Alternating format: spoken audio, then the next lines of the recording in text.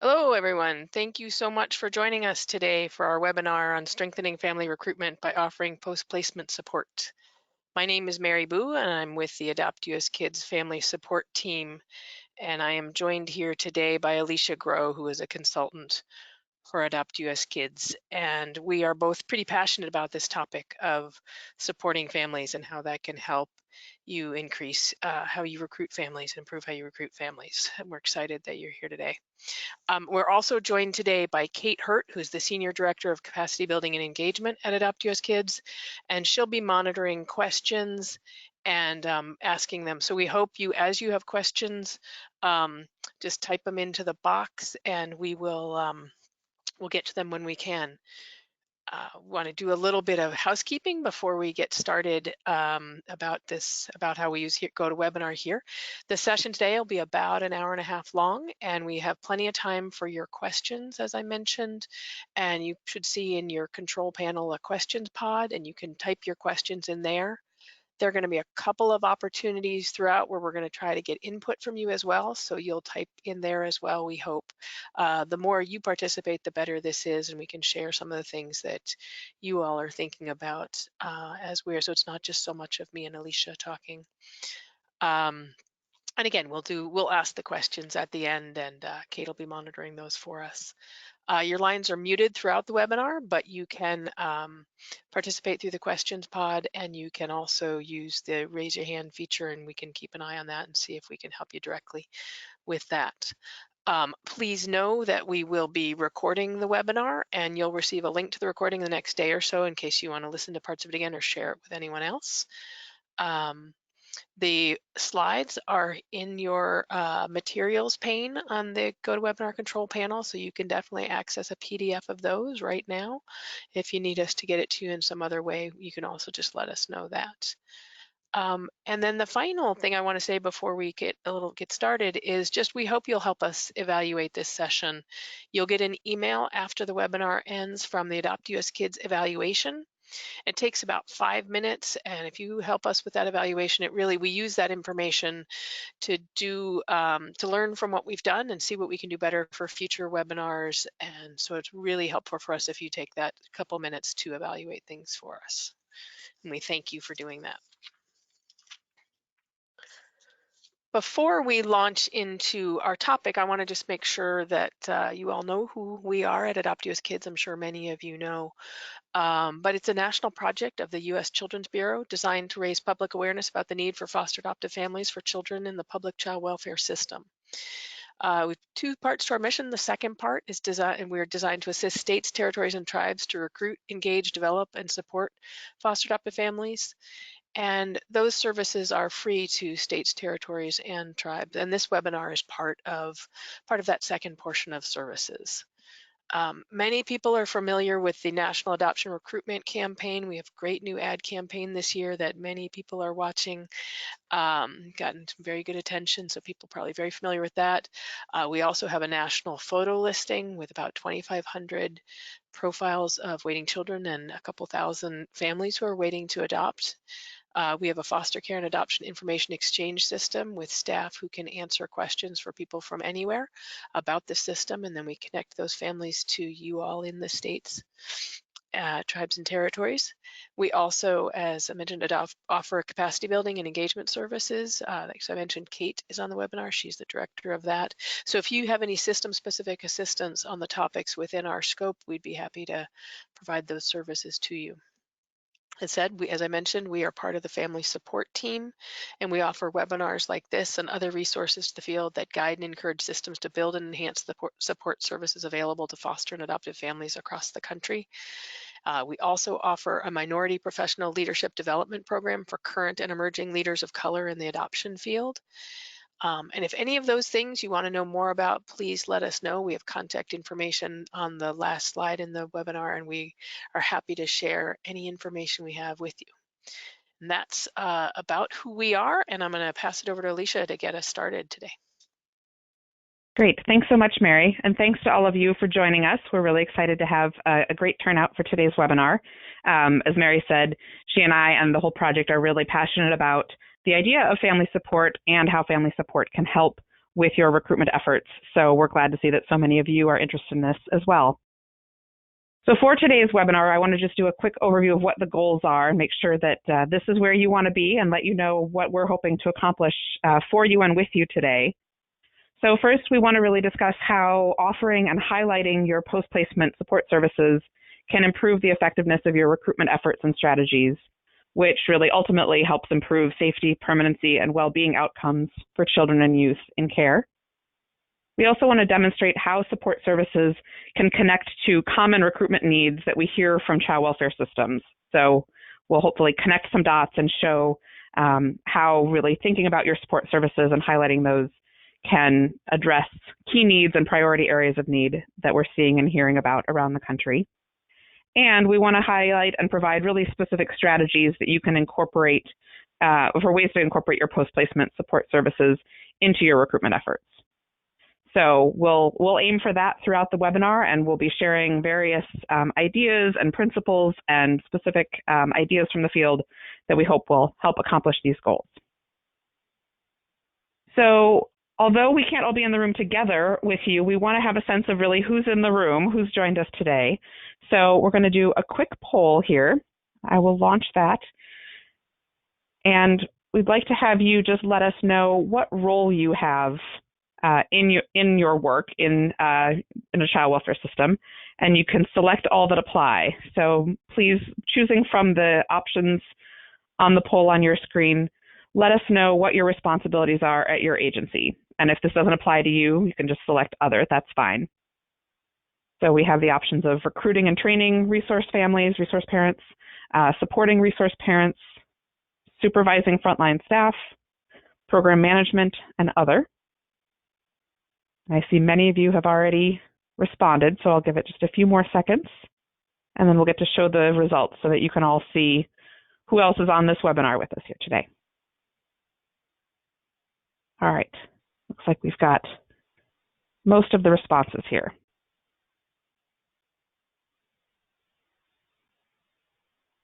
So take a minute just to show the results. So here we have a really good mix of roles and responsibilities that you all have in your work. So it's great to see more than half of you are involved in recruiting or training resource parents, and almost half are involved in supporting resource parents. So that's great. And then a lot of supervision as well as program management responsibilities. And as we expected, quite a good percentage of you with other responsibilities, and some of that's probably mixed in with these other responses as well. So thank you for letting us know who we have here. That's great to see. So now we want to really set some context and acknowledge the context that many of you are probably operating in and what we see in the child welfare field that's really framing our thinking about this topic and this webinar today. And then we'll dive into some more in-depth discussion. But these are some of the things we wanted to just highlight that really are framing our thinking about this topic. So one thing that we see is that child welfare systems really are consistently challenged to be able to recruit and maintain a sufficient pool of foster and adoptive families for children in foster care. We hear that as an ongoing theme, that there's a big need there. So that's a key thing we want to acknowledge. And that often the limited resources that child welfare systems have may be focused on recruitment efforts specifically, but they may not be used as a strategic way of thinking about how to use those resources for support as well as a strategy for helping recruitment. We also see that there is a need for families for children from various specific populations. So for children with complex needs, for older youth, for sibling groups, and for other specific populations. We hear that from many child welfare systems. And we think that another key piece of this conversation is that the Children's Bureau at the federal level has their adoption call to action, and that's really encouraging states and their partners, their community partners, to reduce the number of children who are waiting for adoption. So we're aware that there's increased focus on efforts to recruit more families and move children to permanency in a timely way. So with all of that, we really want to highlight specific ways that post-placement support can increase the effectiveness of your recruitment strategies and of your efforts to build and sustain that pool of families that you need for children who are in foster care. So with that context, then we want to move to thinking about how to strengthen the results of your recruitment efforts. We think that's what's probably drawing many of you to this webinar today. And when we think about ways to improve the effectiveness of recruitment, I think it's really important to start with the lens of what are prospective parents thinking? What's their view? And so we're highlighting here a few ideas of questions, certainly that we hear directly from prospective parents and from child welfare systems. So we want to kind of get ourselves in that headspace. So often, as prospective parents are considering adopting or being foster parents, they may have questions such as, what are the needs of the children in care, and how will I meet those needs? Do I have the right skills that I need and the knowledge that I need? If I don't, how can I learn more? How will I be able to build those skills? They also often ask, we hear them ask, how do I get help when I need it? If I don't have the support or the skills or the strategies that I need. And then often there's maybe an unspoken question behind that of, will asking for help be seen as some sort of failure or a sign that I'm not able to parent this child or these children? So those are often questions that families have or parents have in their mind. We also hear questions about, what don't I know? What am I not even thinking to ask about? The how do I know what I don't know kind of question. And will I be on my own when I encounter a challenge or a problem? If something serious happens, what will I do? And will I really be able to do this? So we want to hear from you as well. As Mary mentioned, we want this to be interactive. So in your question pod is part of your control panel. If you can type in thoughts you have about other questions, whether spoken or unspoken, that prospective parents may have as you're looking to recruit them or as they're reaching out and considering adoption or foster care, what are other concerns or questions that prospective parents may have? You can type those in, and you won't be able to see other people's responses, but we can read those out so that your fellow attendees can hear them. And as you're doing that, we can keep moving on, but let's see here. We see one question that came in: how do I deal with a language barrier? So I'm assuming that's in terms of a language barrier between the parent and or the parents and a child that they may be parenting. It's a great question, and one that we're hearing around the country. So if you think of other questions that prospective parents may have, you can add those in, and we'll come back to those in just a moment. I want to highlight that many of the questions that prospective parents have, whether they share those questions or not, they really center around the idea of how a parent will be able to meet the needs of children who are placed with them. Will they have the necessary skills? How will they learn those skills if they don't have them now? How will the parents be able to address challenges and crises that may come up? What will they do? What can they do when they encounter a challenge? So these are, the kinds of questions that really underlie a lot of the specific questions that families have. And I'm seeing that you all have submitted several others, so these are great. One is, can we select the ages and genders of children to be placed with us? Yes, that certainly comes up. Will I have the support I need when my child has emotional and behavioral challenges? Definitely a common question or concern. Let's see here. I'm going to just pick a few of these because we have several questions coming in. This is great. Will I be liable for the children's behavior? How can I be sure that I will get placements only headed for adoption? Yes, that question does come up quite often. How do I support a child of a different culture? Yep. Do we have to work with the biological parents? All of these are great questions to be thinking about. How will I pay for childcare? I won't be able to go through all of these questions right now, but I wanted to give you that sampling, and thank you all for submitting these.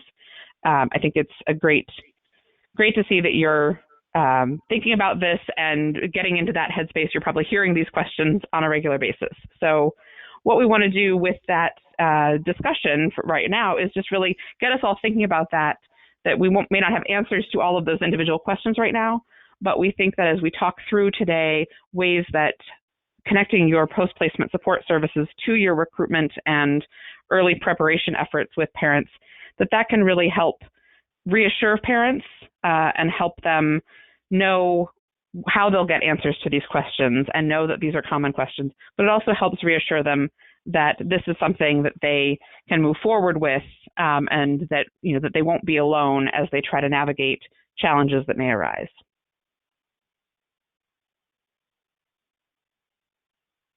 So now let's get into the idea of how support really can improve recruitment efforts. Again, thinking about these prospective parents that we've all been thinking about for the last few minutes and the questions that they may have. So there are several ways that post-placement support really can improve your recruitment efforts. One is that having good post-placement supports and sharing information about that helps facilitate word-of-mouth recruitment by the satisfied parents and families who are currently doing well. So your current foster, adoptive, and kinship families, if they are well supported and getting their needs met, they are often your best recruiters. I imagine that you see that in your work as well, that they are the ones out telling their family, their friends, their coworkers about their positive experiences and about how the child welfare system is helping them. So you're equipping them to be official or unofficial recruiters for your system by supporting them. And the flip side of that, we also see as being really quite true, that if families are not well supported and don't have that help to get their needs met and to meet the needs of children they're parenting, you may have heard me say this before, but they can be your best anti-recruiters and may actually counteract your recruitment efforts if they're not feeling supported.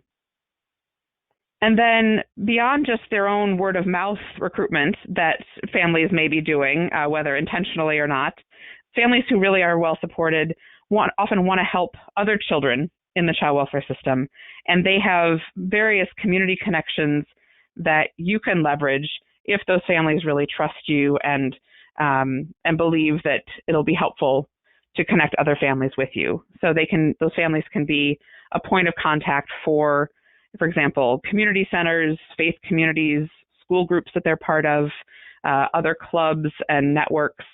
So those families can really help you reach many more potential families down the road, and help you think broader about how to reach those specific families.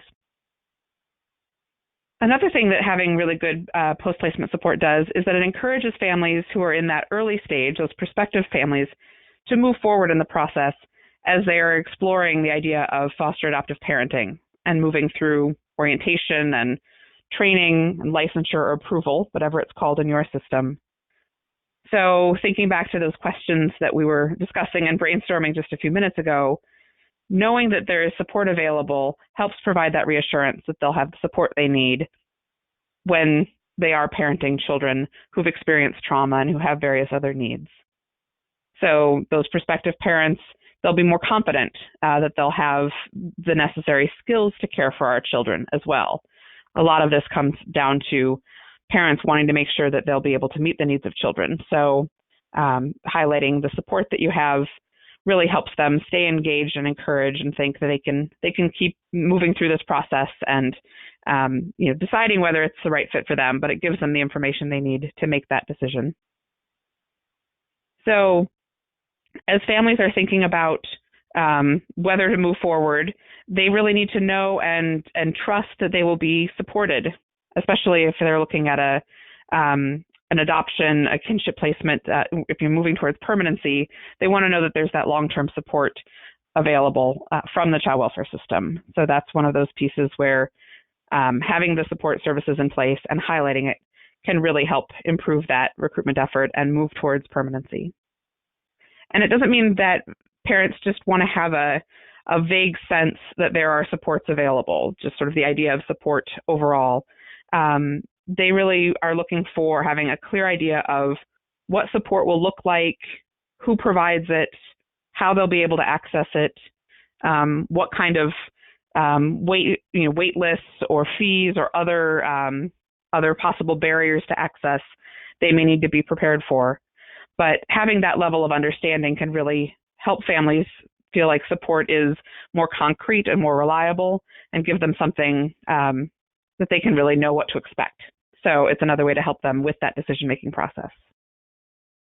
And then I would also say that support really helps with recruitment, because if you're connecting families, prospective parents and families, with support early on, it helps them normalize the idea of accessing support.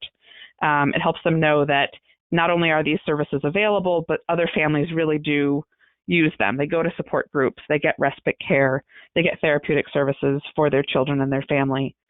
So it normalizes it, and it starts building those peer connections for families as they're moving through that initial process, helps them establish a peer network early on.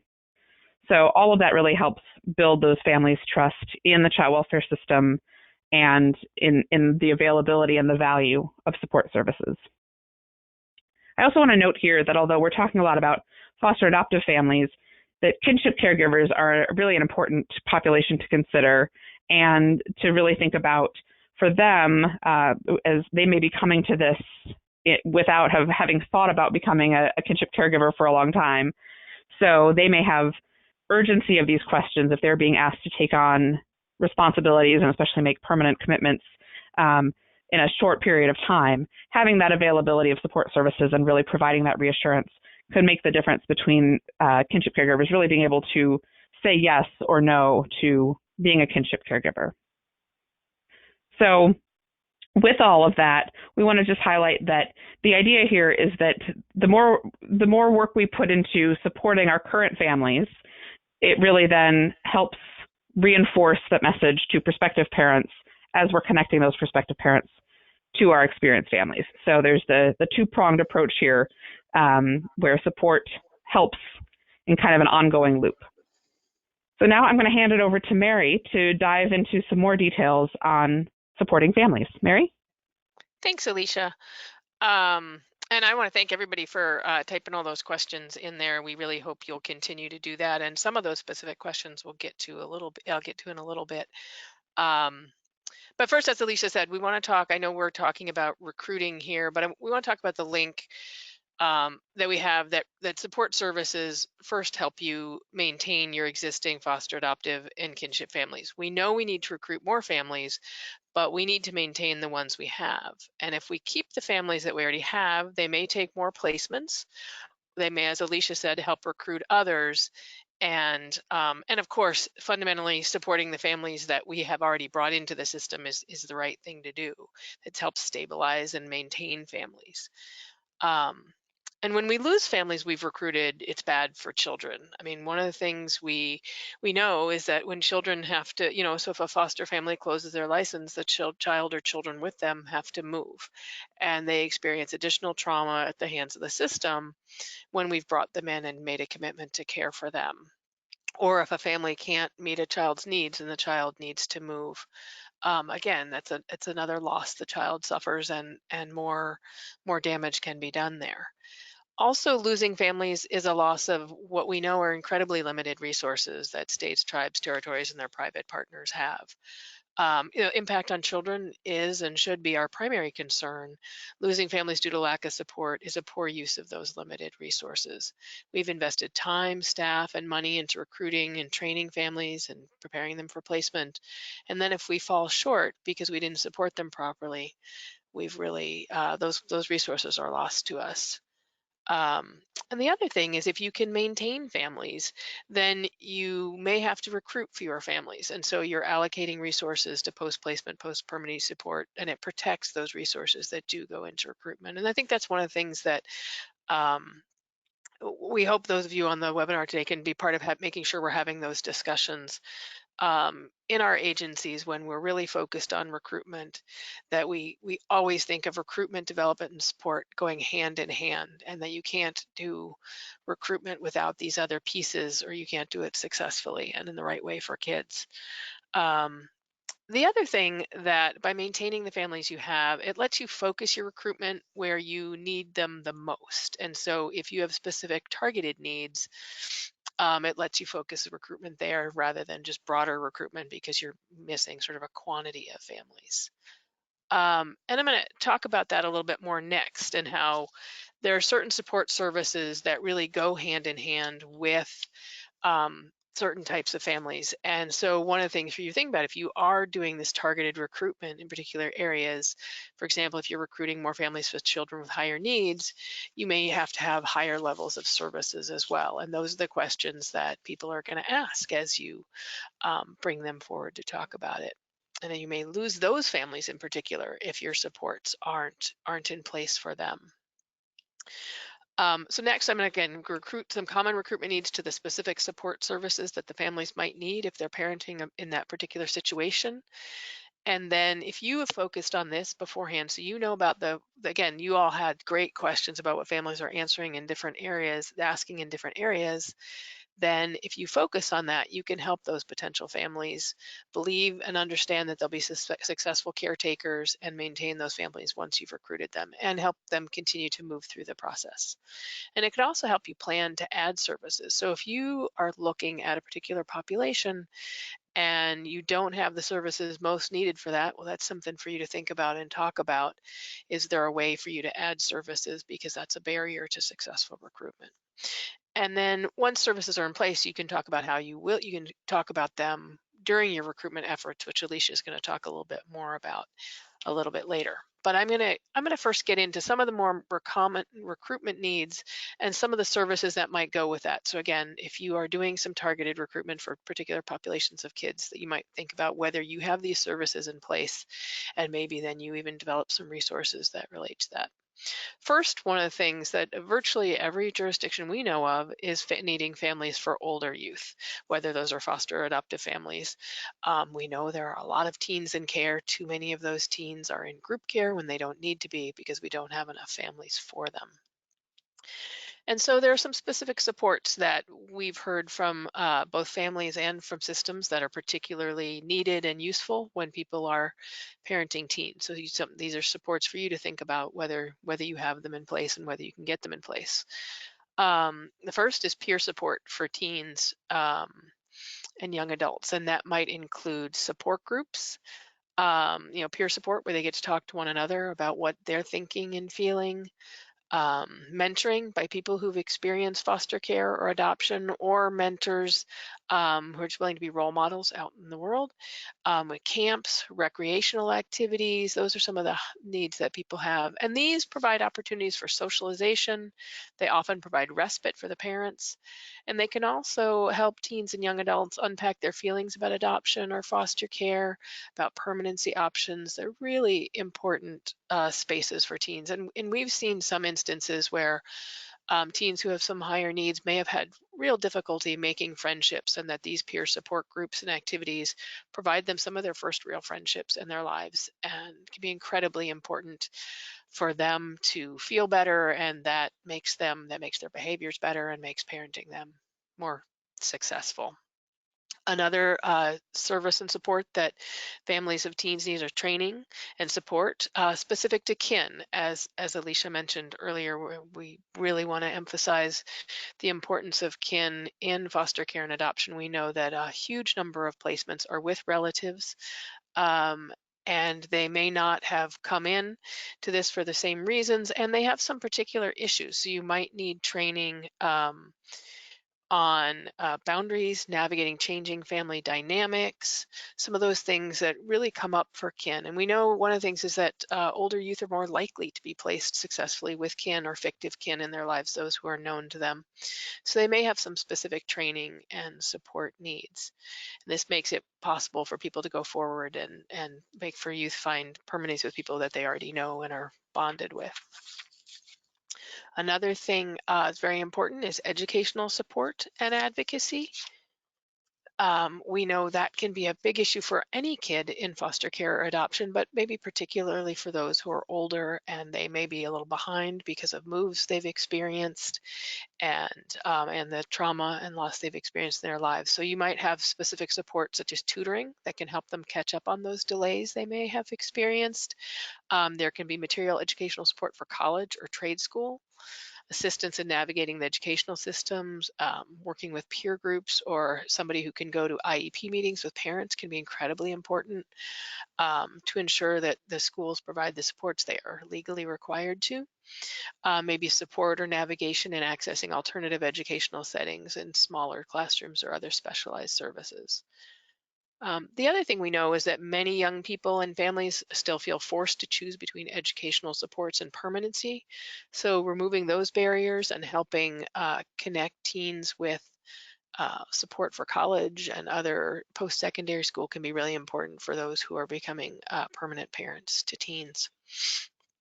Another key support need for when you're looking at services for older youth is parity and guardianship support services. As we know that many older youth are not interested in adoption. They don't feel like terminating their birth parents' rights is the right way to go, but they still need parents. And so sometimes guardianship is a better option for those young people, particularly if they're with kin. And so ensuring that guardianship families have access to services can really help with your recruitment. And one of the questions for you to ask is, do your post-adoption support programs also serve guardianship families? If not, can they? Do you have guardianship subsidies in place for these families? So these are some of the things to be thinking about if you're going to do targeted recruitment for older youth. Next population I want to talk about is a need for foster families who partner in reunification. And I noticed that when you were typing in questions earlier, a number of you had questions about, do I have to work with birth parents and how do I work with birth parents? And so obviously that's for those of you who are doing foster parent recruitment, it's definitely a question that comes up. And we have a huge need for foster families who can partner in reunification, which, as you know, is not a simple task. We know that most children in foster care do go back home, and we know that the first role of a foster parent should be being that partner in reunification. So that's a huge thing to prepare them for, but it's also really difficult. We know that development and support is necessary to build the capacity of prospective foster families so they can understand the purpose of foster care, concurrent planning, and the important role they play. And again, knowing that reunification is the first option, and that's part of it. But one of the things we also know is that that's a huge thing. For many families, especially those coming forward with concurrent planning or with adoption option, you're asking them to both work on reunification, but also commit to caring for this child into the future. And that's a role that needs a lot of support and a lot of training. So supports that you can think about that whether you have in place as you talk to prospective parents here include training that builds skills like effective communication and conflict resolution. If we don't teach these skills, we're asking our foster parents to take on really difficult work without equipping them properly. We hope they may not need conflict resolution, but they might. We know their work isn't easy. And everyone needs to know about effective communication when you're talking about really deep stuff about children's needs and whether birth parents are meeting them. Another key support that those foster families who are partnering in reunification need is guidance and support around birth family visitation. Research shows that visitation is a key to reunification, and more and better visits result in higher likelihood of success. But foster parents need support here too on how to prioritize a visit even when they're challenging, and how to help children before and after, because of course it can be difficult for children to go to visits, and why aren't they going back home with their birth family members, or what are they doing there? So supports might include mentoring from other parents, a specialized visitation center, and more. We did a webinar and a tip sheet on reunification, supporting reunification last year, and I think Becky is going to put in the uh, chat tab the link to that webinar so you can think about some of the supports. Washoe County did some great support. They have a specialized visitation center and do some special work there. So if you're interested in that, you can access those resources as well and think about whether you have that for your foster families. The other thing, peer support, incredibly important. We think in almost every area, but in this one, I think in particular. And it's especially effective to have peer support that is specific to families' experiences. So in this case, parent mentors who are experienced at engaging birth families and supporting reunification and have really seen that successful reunification. Because we know that some foster parents differ in their commitment to reunification, so having mentors and peers who have seen it, lived it, and felt it, and seen the success and the comfort it has brought those children to go back home is really important support to think about whether you have in place. And then the other thing I want to say to end with is talking about enhanced support during times of transition and loss. Because again, this is a loss for people who are caring for children that they were willing to care for long term. Those children leave. It is loss, even if they are doing it for all the right reasons and they know it's good, it's still a loss. And it can be a loss for them and for the other children in their home. And so it's important to think about if you have those services. And I want to highlight New Mexico had a great program with that emphasized grief and loss. They did specific activity-based support groups for foster parents and all the children in the family, and they had separate meetings where they learned about grief and loss and had the opportunity to process and integrate some of these difficult experiences. And then another program, UCLA Ties for Families, which we have a profile of that Becky, I think, will put up there, a link to, is another one that's a pre-adoptive program, but they had specific grief and loss support groups for adoptive families whose children went to reunification or for kin. And again, one of these things, just think about, it's important for, as part of your talking to families about that, we're here for you when these things happen, and also helps recruitment because again, if a placement, a child goes home, well, you want to keep them engaged so they're open to another placement. So you're recruiting them for that next placement at the same time. The next special population I want to talk a little bit about are that most jurisdictions have are they need families for children with higher needs. And so there's some of the same supports we've talked about, but some are specialized here. So one thing to think about for children with higher needs is, do you have any specialized trainings, perhaps a series of 201 trainings meant to build on your foundational learning that you got in pre-service? And I'm going to put in, I did not set Becky up with a link to this one, but I think if you're not aware of the core teen curriculum, which is a recent training created specifically for children and youth with higher needs and teens with higher needs. It's a new training. It is free to use. It was created through another Children's Bureau funding effort, and we can send that link to folks if you're interested, if you don't know about it.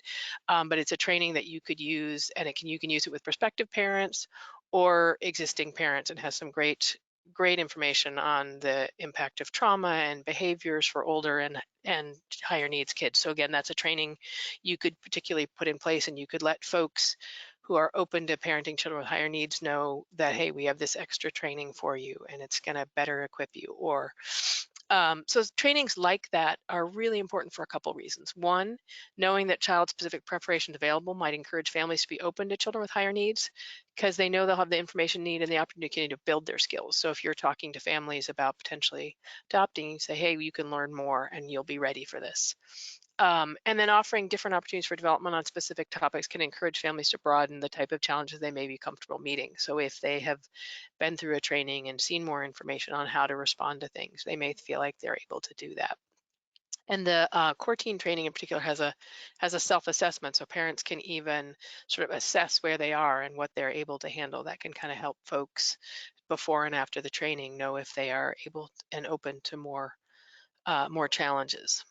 Another really important service, if you're talking about children with higher needs, behavioral needs in particular, is crisis response and intervention. So for children and teens and mental health needs, these on-the-spot services can be critically important. And so are you aware of is there somewhere your families can go when their child is running away, threatening themselves or others in the family? These are things to be thinking about as you're recruiting for this population. The other thing to think about is accessible high-end support, such as intensive in-home support or wraparound programs. And a couple I want to highlight. One is the behavioral intervention program in Missouri and Kansas, and it serves mostly children who've been in residential treatment or other high-end care, and it provides support aides who come into the home and work on some activities that help the children's behaviors and provide respite to the parents in the home. And it has shown some early outcomes of keeping children in the home and out of these higher end placements. The Adoption and Guardianship Preservation Program in Illinois also offers high-end services, including in-home visits from mental health services. And I think Becky's going to post a link to a profile we did a couple of years ago on that program. And then finally, the final service I want to talk a little bit about is planned and emergency respite. Again, if you have children with higher needs, that is something that we have heard over and over that parents need. And it's something for you to let people know that, yep, if you are taking on a child with higher needs, we can help make sure you get the break that you need. The final thing I will say before turning it back over to Alicia is just we've brought up a lot of things. When you're thinking about your support services and whatever population you are targeting to recruit or to keep, you have to think about whether and where your services are accessible. So if you have great services in the major cities, but fewer in rural areas, how does that affect your ability to recruit and serve families? And it may change the conversations you have with families depending on where you are and where they are going to be parenting. And Alicia, I think, is going to talk a little bit about this later, but we do have a new assessment tool that can help you look at your support services quality and accessibility. So again, when you're thinking about these different populations, these different areas, you want to think about, okay, am I promising that we have mentors, but we don't have them all over my state? Well, then you want to be careful where you have those conversations. So is for it for me for now. I'm going to turn it over to Alicia. Thanks so much, Mary. And I want to remind everyone as we go, we have a couple more of these spots where we want to hear from you, but some of our questions to you, but also throughout the webinar at any time, please feel free to submit questions in your question pod as part of your control panel. And we are collecting those questions. We'll have time at the end, as Mary mentioned, to do question and answer. Hopefully we can answer any questions you have for us. So feel free to type those questions in at any point and we'll collect them and get through as many of them as we can and then follow up afterwards if need be. So now that I've asked you to type questions into the question pod, I want to actually ask a specific piece here. But as Mary talked through examples of some specific populations of children and youth that we hear many child welfare systems really have a recruitment need for, we want to hear from you about what some of your other recruitment needs are in addition to the populations that she mentioned. So you can go back into the questions pod and let us know who the populations are that you're looking for. We're seeing a need for recruiting families in rural areas, recruiting for Spanish-speaking teens. Yep. We hear sibling groups or multiple children, children and youth involved in juvenile justice or multiple system involved children. Parents open to parenting LGBTQ youth. These are great to hear the variety of needs that you have. I see lots of examples here. So let me just take a couple of these here briefly and give some more examples of how you could think about connecting your support services to those recruitment needs. So I saw several people talking about sibling groups, and we hear that around the country quite a bit, that there's a need for families who will parent sibling groups, whether that's foster, adoptive, or kinship caregivers. And so if your system has a need for families for sibling groups, one thing that you can be thinking about is what are the relationship dynamics that may be involved in parenting sibling groups. And often we see and we hear that in a sibling group, one of the older siblings may have taken on that parental role for their younger siblings. And that can present some new dynamics for new parents, for prospective parents, as they're thinking about how can they support those siblings, wanting to keep them together and placed together, but also wanting to help navigate those dynamics and relationships. So that's a great example where if you have support services in place to help foster, adoptive, or kinship caregivers think through, what do we need to understand about sibling group dynamics and that parental role that one youth may take on, and thinking about strategies for navigating that and helping that older youth let go of some of the parental responsibilities and letting them be a kid again.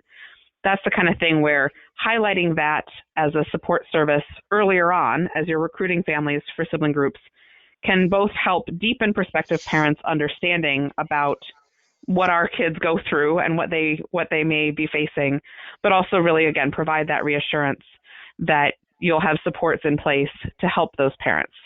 And in that case, the support may be, sorry, I thought someone was trying to cut in. That support may be connecting parents with peers, that peer support piece can be incredibly valuable, and hear from others about how have you done parenting sibling groups and helping them really keep and strengthen their sibling relationships. So that's one example. Another Hey, example Alicia. that comes up, Oh, yes. I was trying to cut in, sorry.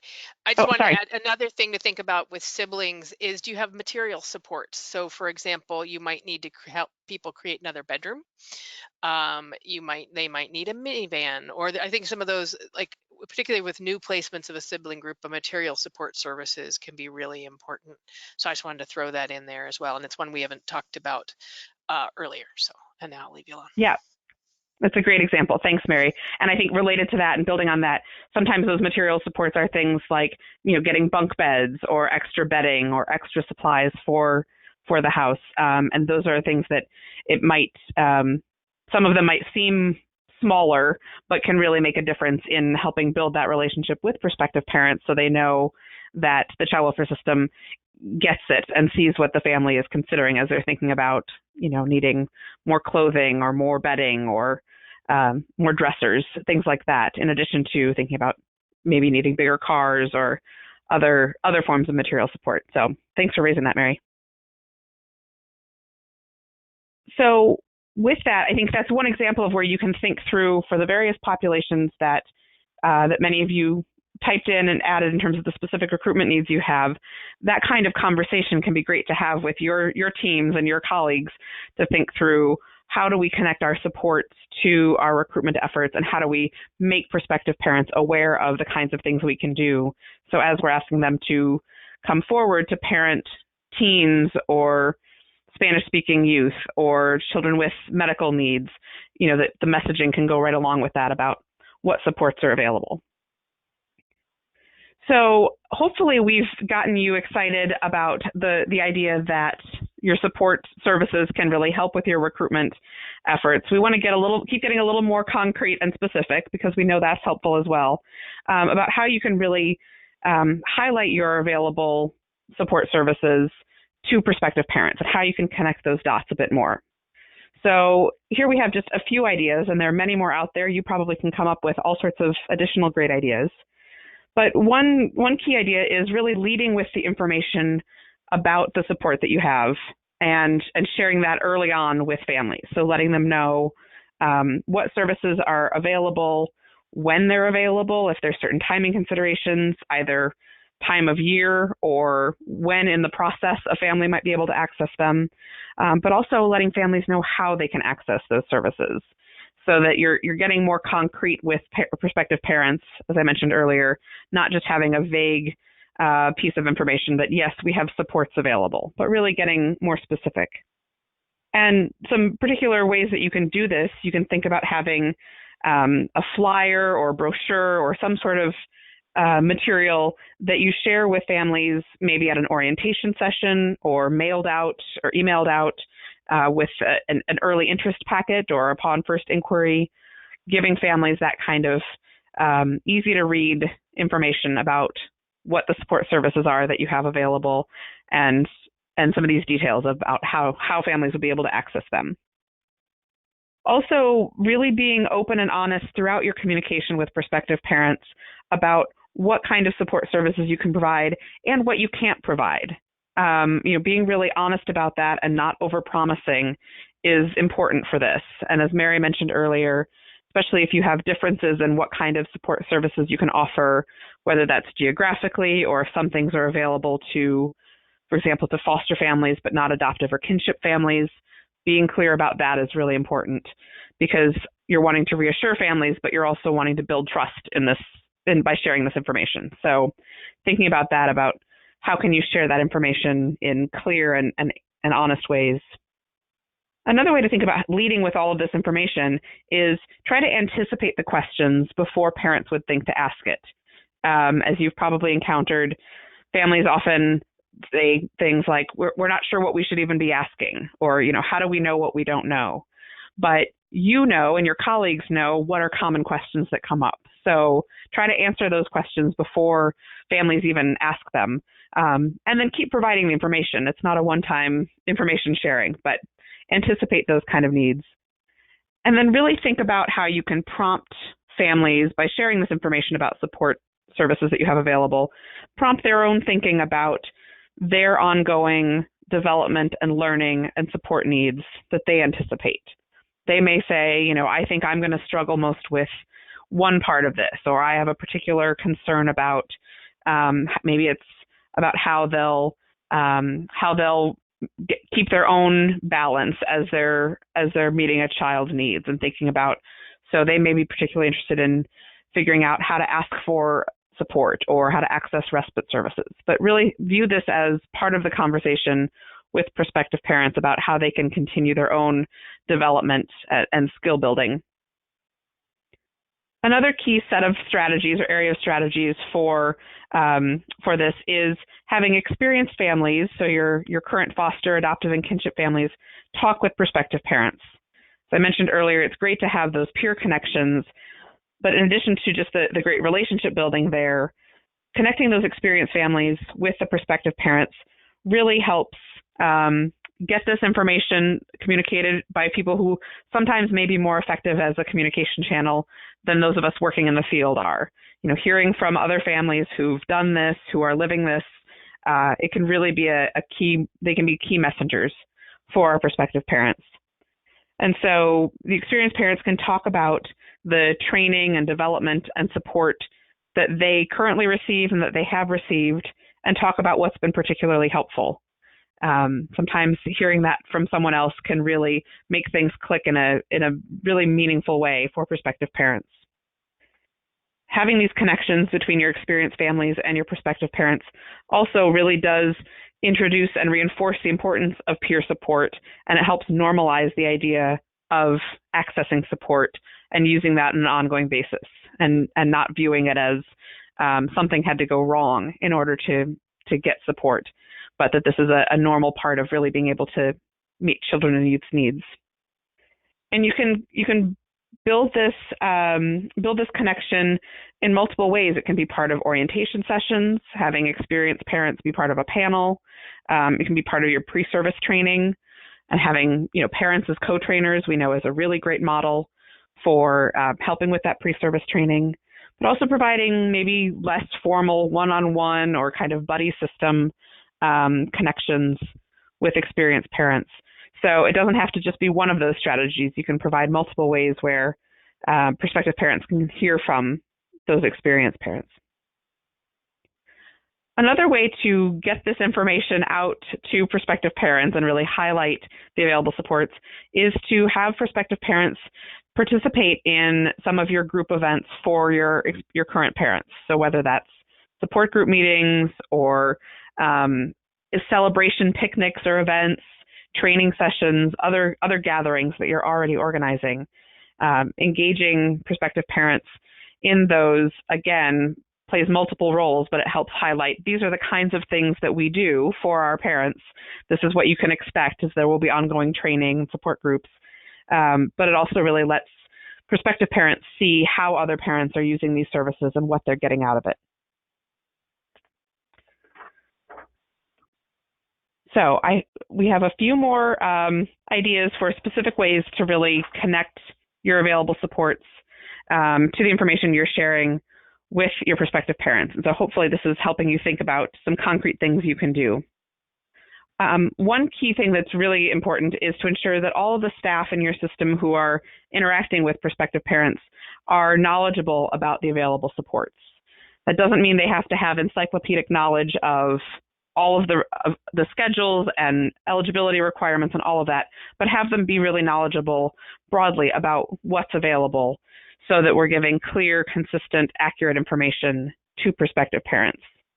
So it shouldn't just be that your post-adoption or your post-placement staff are the only ones who know about what services are available, but really think about families being able to get good information both proactively and if they're asking specific questions, getting that from other staff and providers that your families are interacting with.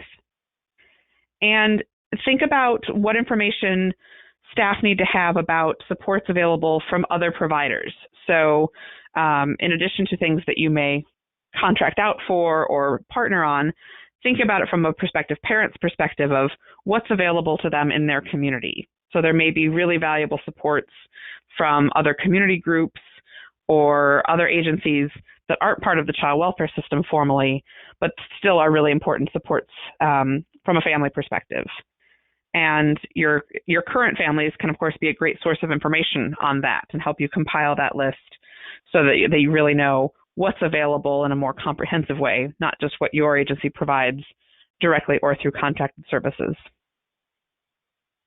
We also want to encourage you to really be open to the questions that families may have and encourage them to ask questions about what forms of support they'll be able to get.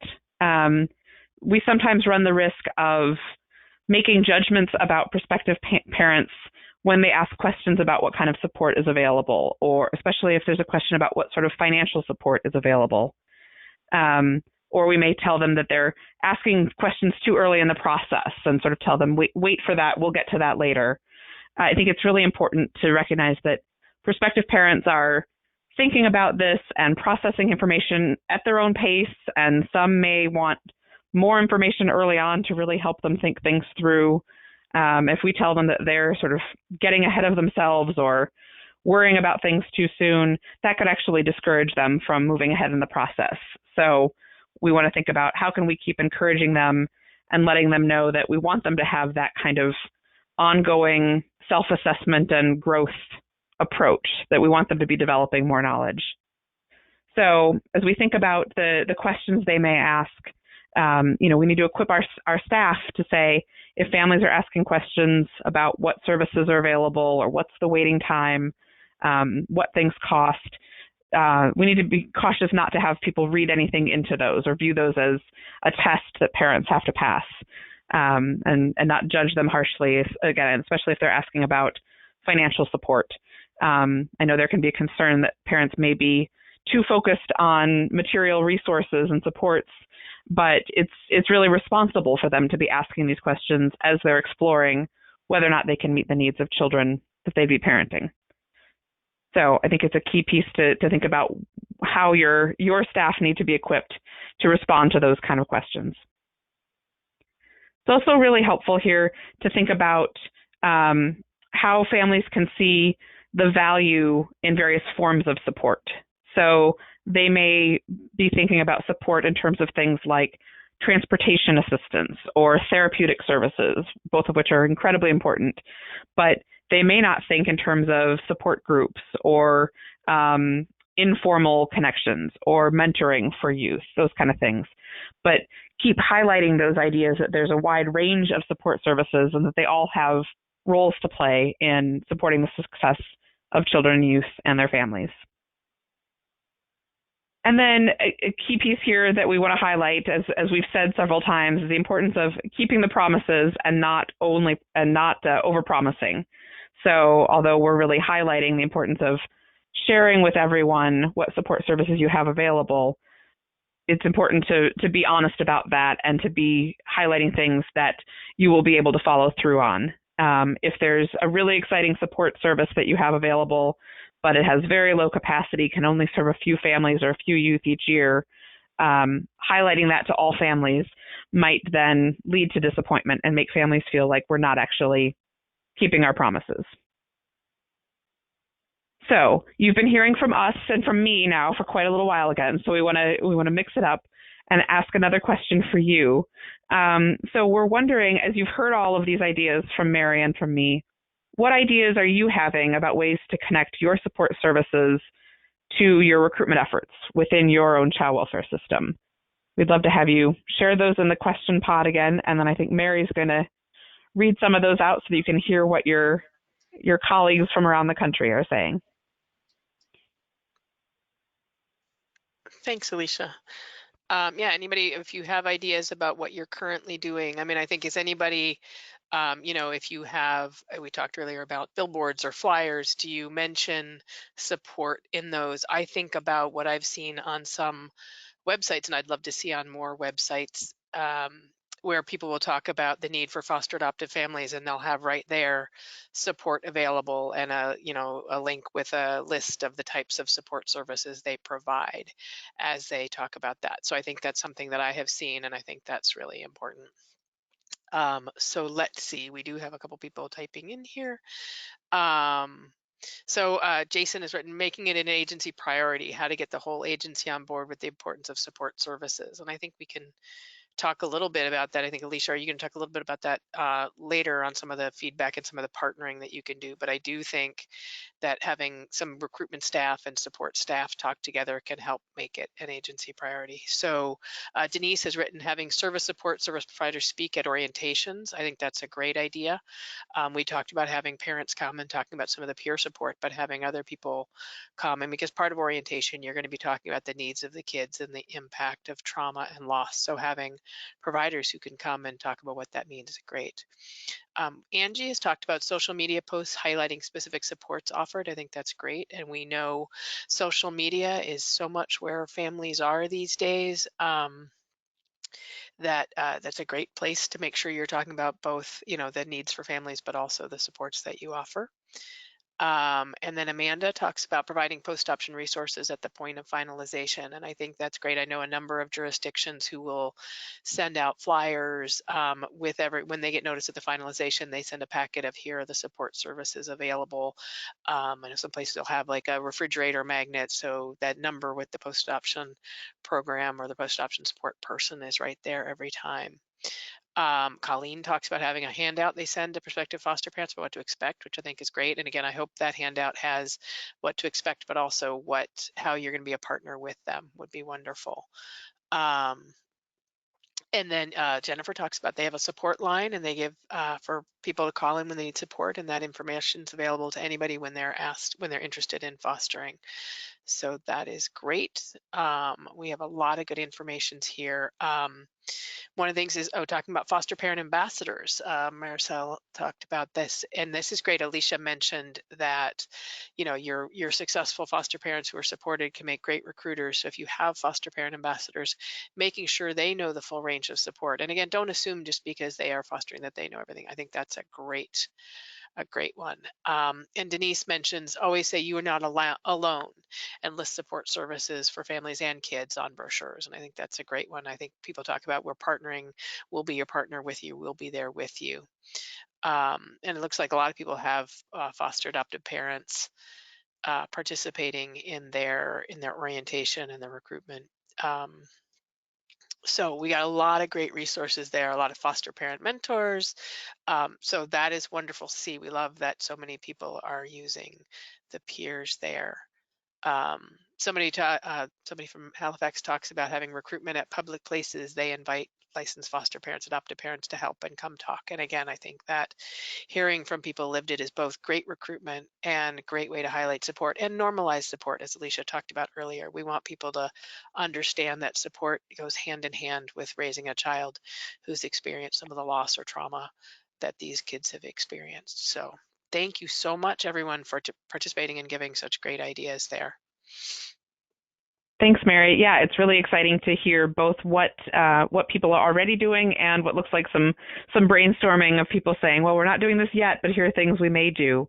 Hopefully this webinar is sparking some ideas for you about ways you could try to strengthen these connections between support and recruitment efforts in your system, and think about, or what you're already doing, how can you build on that and expand it a bit. So I think there are so many ways that you can go with this. That's part of what's exciting is you can keep trying new things to connect the dots a bit more and hopefully see that that's helping with that recruitment and initial engagement with prospective parents. All right, so as we think about where you go from here, we have this question on the screen really to frame this part of the webinar about what strategies will work best for your system. And we ask that question, we get asked that question sometimes from child welfare systems, but it's really a lens that we bring to our work with states, tribes, and territories in recognizing that we don't recommend cookie cutter kind of approaches, that it's really important to think about what really will fit your system best given your current strengths and structure and the way things are operating. So I want to share some ideas here to help you think about what strategies will work best here. I do not have a personalized recommendation for each of you on this webinar right now. But as Mary mentioned at the beginning of the webinar, we are available to help with tailored support to child welfare systems if this is something you're wanting some help thinking about after this webinar. So a couple ways to think about how to tailor your approaches and your strategies to really fit your system. One piece that's so important is having multiple approaches for assessing your system and using this continuous quality improvement, the CQI approach, and evaluation to be looking at the effectiveness of your recruitment efforts and of your support efforts, but then also of your efforts to connect the dots between these. So, for example, some of the ideas that Mary just read out a few minutes ago, if you're thinking about highlighting services that families have used, having families speak at orientation or pre-service training about here's how services and supports have helped us, you can get feedback in your evaluation of those orientation or training sessions about, what was helpful to hear about from experienced parents, or what else would you like to know? So really thinking about those opportunities to build in CQI approaches, evaluation questions, even on a small scale, it can help you see how well this is working. But also having that broader system assessment to look at some of the things that came up earlier in this webinar discussion about, for example, are your services available and accessible across your service area, or is it really different by geographic area? Thinking about, are your support services really aligned with the populations of children that you have in care and their needs? So to Mary's examples earlier, if you're recruiting more families for children with higher needs, does your service array for supports really align with that? And do you have the supports in place that you need to help families who are parenting those children? So thinking about that in a kind of multi-pronged way can be very helpful for coming up with these strategies that'll help you move forward for connecting your support to your recruitment. Also, as you'll probably hear on almost every, if not every, AdoptUSKids webinar and event, we believe strongly in the importance of data-driven recruitment and really thinking about what data should be informing your recruitment. And I think this goes beyond just the idea of looking at your data to see who are the children and youth in care and for whom do we need families. That's certainly a key part of it. But looking at things like, what are we hearing from our current families about their support needs or challenges that are coming up? For example, for families who are parenting teens, are you getting increased questions about applying to college or getting a driver's license or things like that? That can be an indicator for you to say, okay, we need to shift some of the messaging in maybe our recruitment and our early orientation and training for parents or teens to let them know, here are specific things we're hearing from families, and here's what we have in place to help you and help the teens get their driver's license or figure out what to do with your car insurance if you're a foster family with teens in your home. So you can have that kind of data that's coming from within your own system, but on maybe the support end of things, and have that inform some of your recruitment and early engagement messaging. Related to that, you can also look at where families are withdrawing from the process. What does your data say about when families step back, maybe between orientation and pre-service training, or maybe it's during pre-service training, but in between class number 2 and class number 3, for example. But really look at where are families withdrawing, and then see, is that a spot where you would expect some normal self-selection and opting out because it's a kind of a normal decision point for families? But if not, you may want to look at how can we bolster the actual support that we have for families at that stage. Is that an opportunity to bring in some mentoring or some buddy system with other parents so that you can deploy some support services to that part of your inquiry to licensure process and help keep families engaged? Or are you losing families after a first placement? Is that a common withdrawal spot? And then look at what kind of supports can you put in place there. So there's lots of ways to think broadly about data-driven recruitment.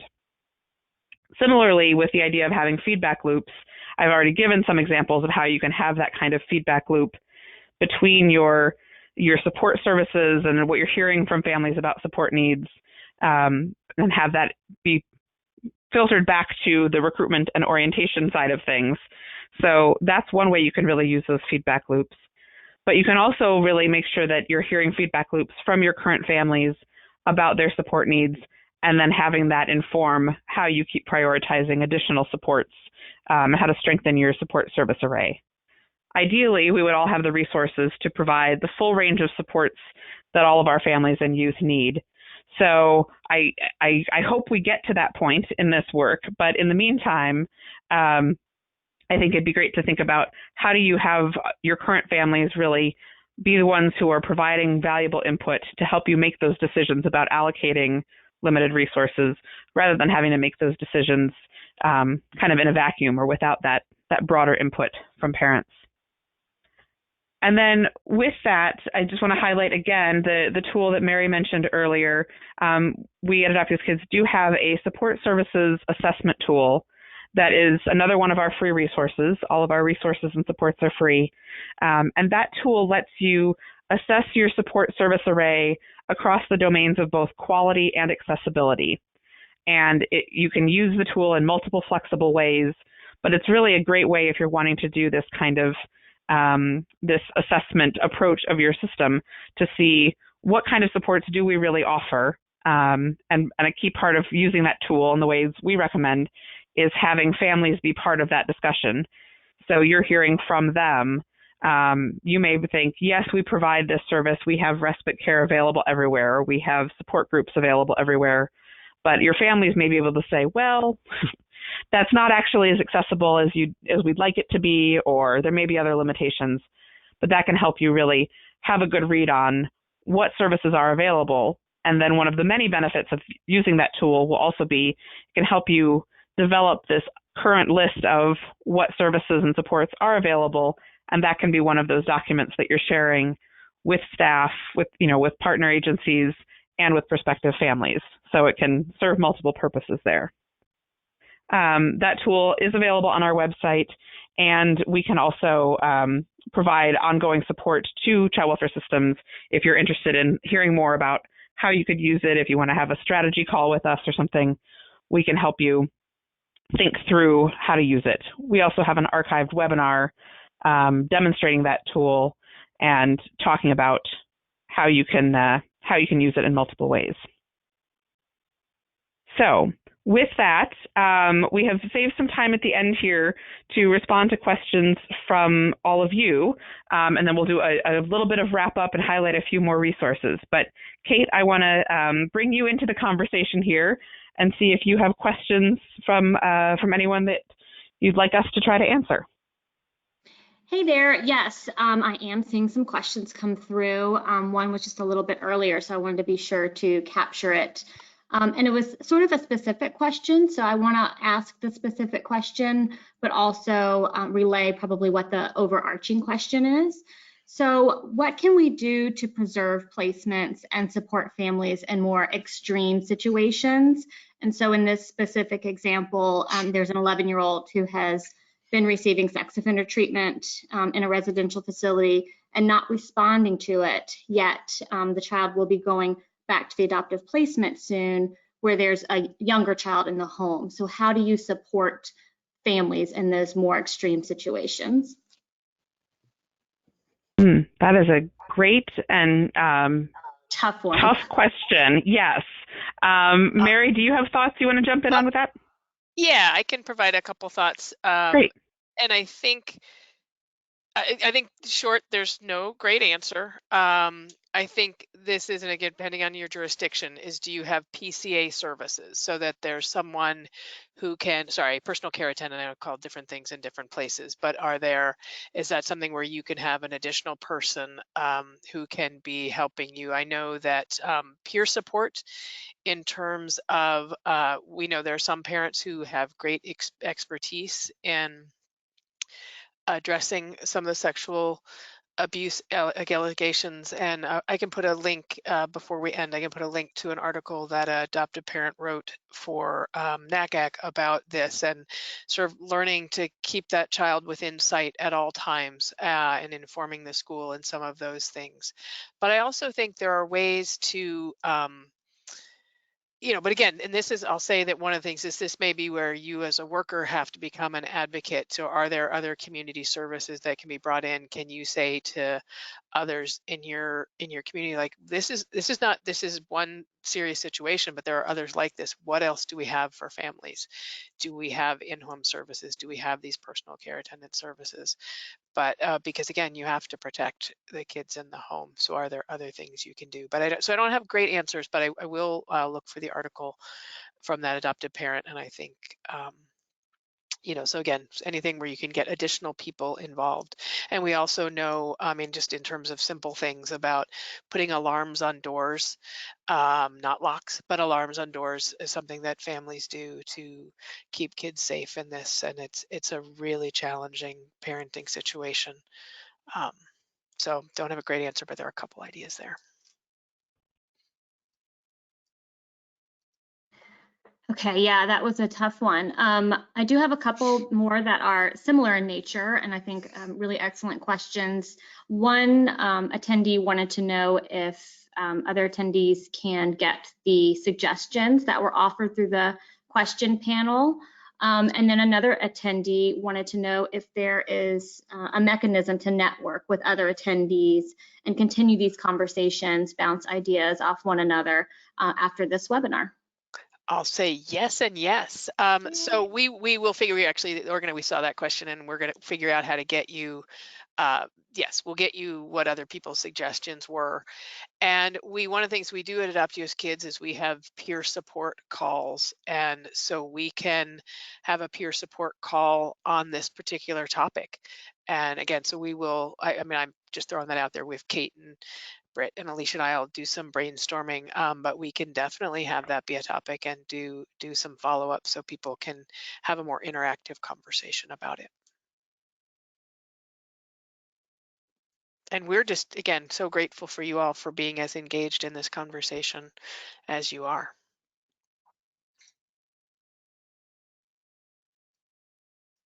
Okay.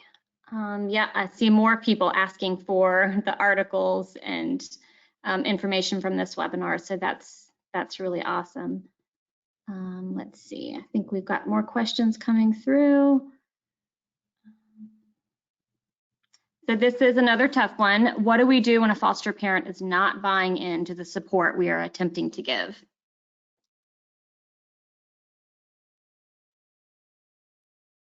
That is another tricky one. I'll take a first attempt at that, and then Mary, you can come in and clean up after me. I think with that, one of the things that I have certainly heard from many families, and you all probably know it better than I do, is that often finding the right messenger is key for helping families think about what kind of support would be helpful, but also knowing that we can't really force support on people and have it be very effective. But so I think, not knowing the specifics of this situation, if a foster parent is saying, no, they don't need this support, reframing things such as having other foster families going to the sort of peer support approach, having other families maybe just reach out to that foster family, not in a way specific to encouraging them to use specific supports or address a specific issue, but just opening up conversations more broadly about, how are things going with you as you're experiencing foster care, as you're doing foster parenting.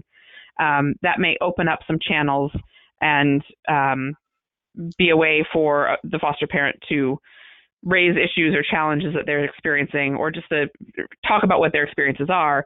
And it may be a way for them to then hear from other parents about what's been helpful.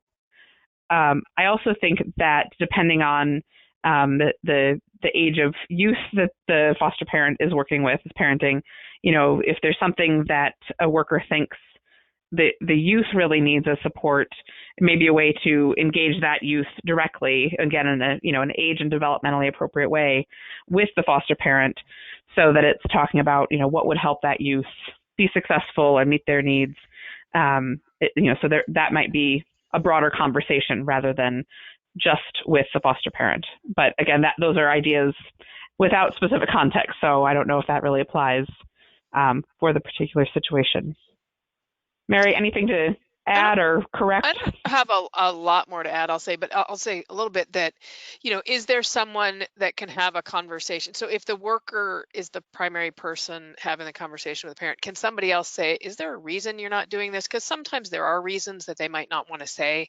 Maybe the services don't feel culturally or otherwise competent. Maybe they're not feeling accessible. Maybe it's a money issue of even transportation.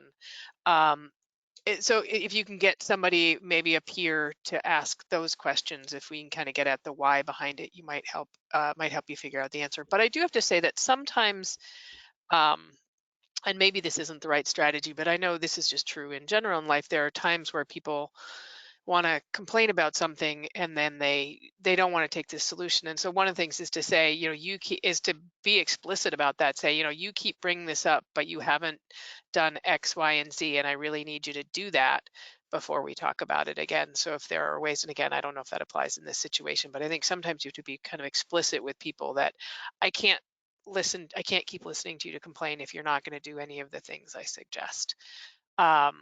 So those are really the only things that I can think of that are constructive, other than to say that I think that it is something that we certainly have experienced and we know many providers experience, that there are people who just, for whatever reason, sometimes it's the depression and the stress that they're under keeps them from acting. Sometimes there are other reasons. So if you can help but get at some of those. And I do think having another foster parent or someone talk to them would be a good place to start.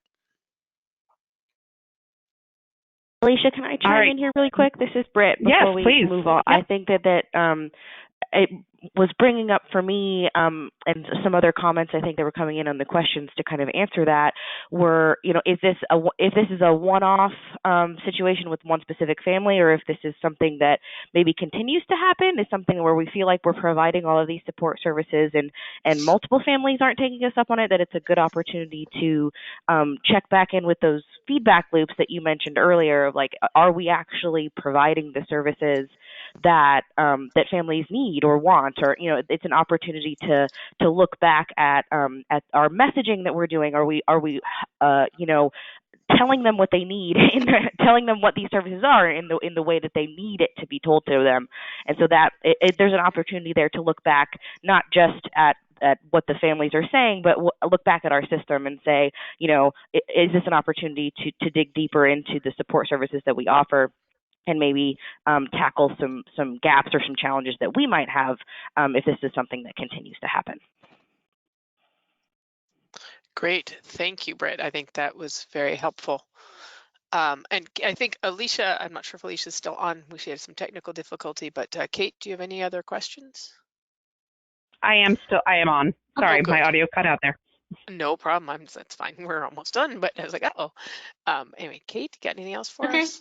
Yeah, let me throw one more at you if you have time. So one question is, many of our support services vary based on where families are in the state. How should we connect our support services to recruitment when there's so much variability in services? I'll say a couple things about that. I'll say first, if you can work on beefing them up, I know that's the hard answer, definitely do that. I mean, I think that's one of the things, the fact that you're even asking that question shows it's something that if you can get the system to pay attention to, would be really useful. But I think you can say it in your, say support services available, they vary, and then have people, have those. So if you're doing in your broad messaging, you're making it clear that, support services vary depending on community, and then having sort of, whether it's each orientation, that you have specific information about what's most available in those areas. But also know that some families are willing and able to travel quite a while, particularly in some of the, larger or more rural states. They're kind of used to traveling. I think the other thing to think about so this is back to sort of changing services. Are there things that you can put in place? Can you have more webinars? Is there any telemedicine sort of type things you can set up if it's a therapeutic services you need? So think about ways that you can expand in the rural area. But anyway, what I would do is just own it in your general materials and then have more specific information at the local orientations and the other communication that you do with people in various communities. And this is Alicia. I agree with all of that, and I would just add on, I think with that idea of thinking about how you can